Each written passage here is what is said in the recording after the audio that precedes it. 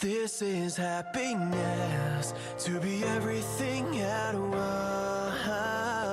Be unblinded, be unlearned, be unbridled and unburned.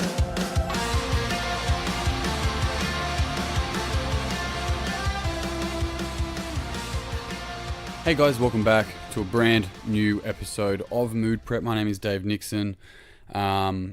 Today I'm going to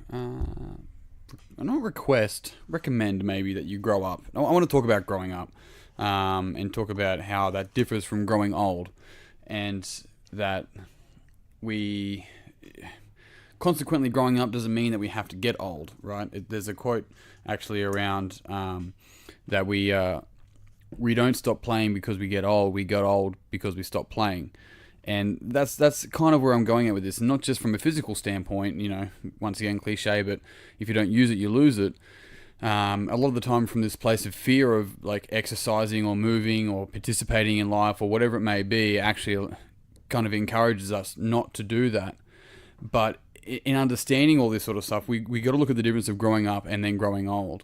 And one of the conversations that I have continually for a lot of people is this idea that they have to kind of be someone that they saw growing up, whether it was their caretakers, their parents, or somebody else that they looked up to, or what success looked like from this financial standpoint, from a career standpoint. And so what happens is that they look at them and go, they're successful, even though they're fucking miserable. And then, okay, well, I want to be successful now that I'm older. So what do I need to do? And now I should probably go do the boring thing and then be grumpy and so on and so forth. It's like we choose to grow up, so to speak, but we really choose to get old. And there's a presupposition within NLP training, and that presupposition is if you get serious, you get stupid.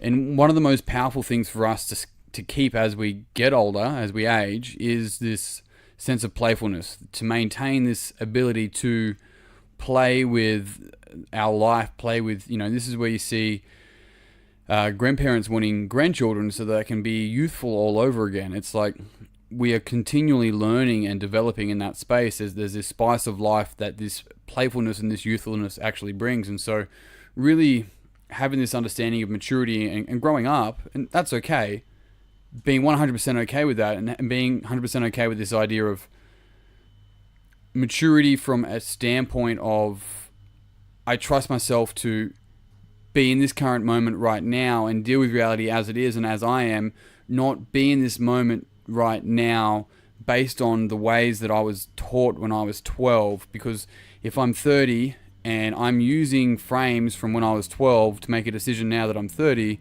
I'm not growing up at all. I'm actually immature. I'm the opposite of maturity in that moment, because I'm using an immature or a less mature version of myself to help me make decisions. It doesn't mean we should just negate the past. It means we should have flexibility of the past, and that's a really big difference. And so that allows us to grow up and be in this moment, not taking baggage from the past with us to make the decisions. Now we take the references, we take the experiences, we are able to use them, but they're not having us and making the decisions for us, because then we get the same results. And that's where you start hearing people be like, fuck, I always do this, or why do I attract the same guy? Or, you know, it's I'm always the nice guy. Nice guys finish last. Just to clarify, guys that are on here, nice guys don't finish last. Fucking boring guys do. Get a fucking edge, right? Get an edge, ride a motorbike, you know, grow a beard, do something, drink whiskey. Yeah, you should drink whiskey regardless. But anyway, my point there being is that it's all these frames that are actually stopping us from rocking up in the moment. I had this conversation with a client today that was around, well, if I act a particular way to get someone to like me, it's like, well, they don't like me. It's like, no, they don't. They like the person you're pretending to be. And if people don't like that, then it doesn't matter. I'm not invested in it because it's not really me. But the vulnerability of showing up in that moment as I am, and then them not liking that, is painful. It's like maturity is knowing that we're just not in control of other people's experiences, and we're not responsible for that. We have an influence, but we're not in control of that. And this is for us as individuals, be able to see these situations and start to recognize when we start saying things like, you made me do it, you make me feel this way, I only did that because you wanted me to do it. All of this is actually giving away our power. It's blaming and giving away the power and not taking ability to respond to the situation in the moment and take control of our life. And there's a big fucking massive difference in that. And when we can really grasp that, when we can really take that forward in our life, then that changes everything. And so what I encourage you to do is to pay attention to the thoughts and the ideas that you have as you're leaning into the things that are challenging, that are difficult. When you enter the forest at the part that's most darkest to you, and pay attention to that, because a lot of those fears coming up are just stopping you from reaching your potential. That's their main job. They want you to play safe. They don't want you to lean in your potential, because that means change. But what they don't realize is that change is going to occur regardless. We have no control over whether something's going to change, and whatever we resist persists. Like, if we're resisting change, it's inevitable, but it will come in a complete massive force that we didn't expect. So what we have to start paying attention to is that as we really grow and develop and lean into our maturity and lean into our potential, into our edge, it's called, then those things that are coming up that are trying to protect us over time. When we're younger, they probably did, but over time, the things that are trying to protect us as adults are actually doing the opposite. And this is, once again, the same conversation around short-term pain and long-term pleasure, or short-term pleasure and long-term pain.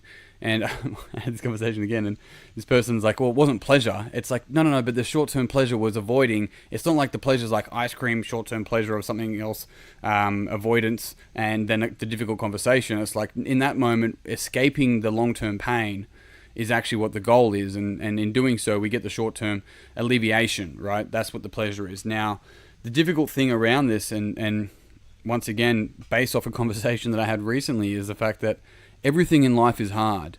Everything in life is hard, but we get to choose our hard. And that's where the power lays. Going to school is hard. Doing the work is hard. Learning how to meal prep and what food you need is hard. All this stuff is hard. But we have the ability to make a decision around what hard we choose to have in our life and what the payoff is going to be long term. And we can sacrifice a little bit of now for a better future. And as a society, we're probably, worth looking into that, considering global warming, etc. And climate change is probably a better term for it. But either way, I'm not getting into that sort of stuff, but you see that, right? You see that for this idea of allowing ourselves to make the decision, to make the choice, because we get to choose our actions. We do not get to choose the consequences to those actions. And adulting and becoming response-able allows us to see that for what it is. And then we stop taking the blame and feeling bad for other people not taking responsibility for their shit. Because now we're being over-responsible. Now we're being over-responsible to the stuff they're not being responsible for. And so when we start seeing that, we actually start standing up for ourselves. And that's doing two things. One thing is standing up for ourselves and learning what's in our power and what's not. And it's teaching that person to actually stand up for themselves. And this is where it really starts liberating people. This is where it really starts leadership skills, is being able to take responsibility for exactly what it is. And just looking at it and going, well, things aren't going my way. And so what? Like, move forward. Because if things are going your way, you're not complaining. It just exactly is what it is in this moment. Whether you're driving the car, whether you're on the bus, whether you're in a challenging workout, whether you're at work and you've got a difficulty at work, it's moving through that and keeping hope, but being brutally honest with all of the facts, both with yourself and the situation, that allows us to move into that maturity, to be able to grow up without growing old, because we keep this zest for our honest life in that conversation. And I think that's fucking crucial. And allowing ourselves to look at how much we choose to participate in life. And if all we do is sacrifice, because it's not actually sacrificing, by the way, it's trade-offs. Everything's a trade-off.